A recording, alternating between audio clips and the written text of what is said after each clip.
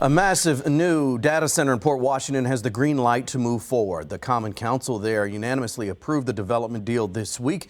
The project would put 4 centers on a nearly 2,000-acre plot of land near I-43, and this week it got some serious opposition.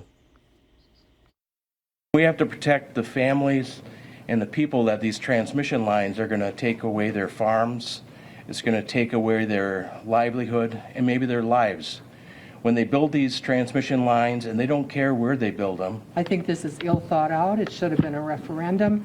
It should not have been done by the Common Council and secret half the time. I think it's appalling. It's just appalling what you all have done.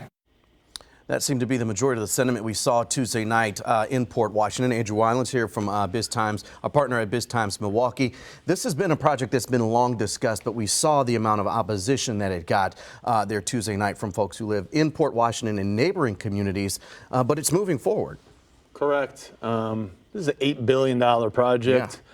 Yeah. And I suppose it's not surprising that there's some opposition because it's such a large complex you're talking about, dropping into a relatively small community, and it's really on the outskirts of Port Washington, so it gets into a rural area. It's going to be a big change, for that area to have these massive buildings and this massive complex going up over there, and a massive amount of infrastructure has to be put in. There's going to be $175 million spent on the infrastructure. The company is paying for that up front, but will be reimbursed by the property taxes it pays through a TIF district. Yeah, it's gonna make some waves over there for sure, and not everyone's on board with it. Not everyone, but it seems the mayor, the Common Council are all in support of this. Any idea why this was not put up for a referendum? That's the question some folks had asked on Tuesday. Typically, you don't see something like this as a referendum, and I think you could certainly debate whether something this big ought to go to the public.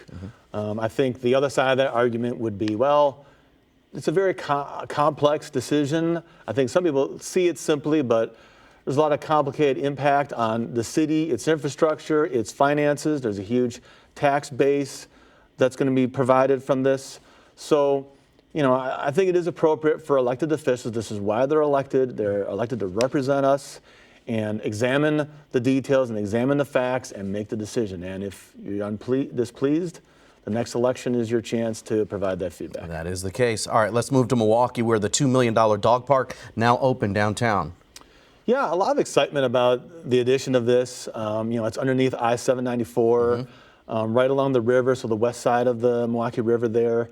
It's just a cool addition. You see a lot of people walking dogs. Our office is in the 3rd Ward. I see people walking dogs all over the place when I go home, as you've seen more apartment development in downtown over the years.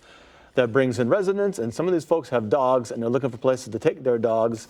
And a dog park is something dog owners love to have. And the other neat thing is there's a development happening right next door to that, the Foxtown Landing, which is going to be a dog-friendly brew pub and restaurant. So right there along the Riverwalk. So it's going to create this, they're calling it like a dog district.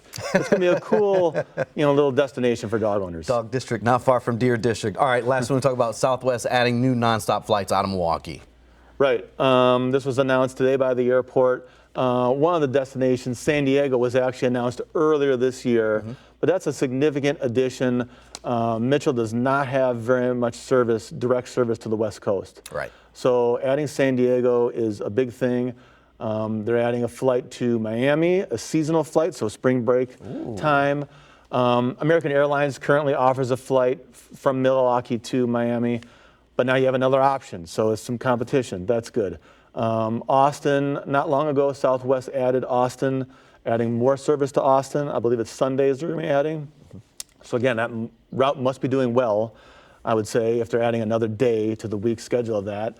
And the one that kind of interests me is Chicago Midway, adding that. Now, obviously, there aren't going to be people flying from Milwaukee to Chicago as a destination. You fly to Chicago to connect to another destination. Traditionally, in Milwaukee, we've done that through O'Hare. I don't recall there ever being a flight from Milwaukee to Midway. But of course, for Southwest, they're primarily hubbed in Midway. They don't have much service coming out of O'Hare. So Southwest must see an opportunity. They are the leading airline out of Mitchell, but they must see an opportunity as well to connect Milwaukee passengers through Chicago to other destinations. Destinations. All right, Andrew Weiland, always good to talk business with you. Bet.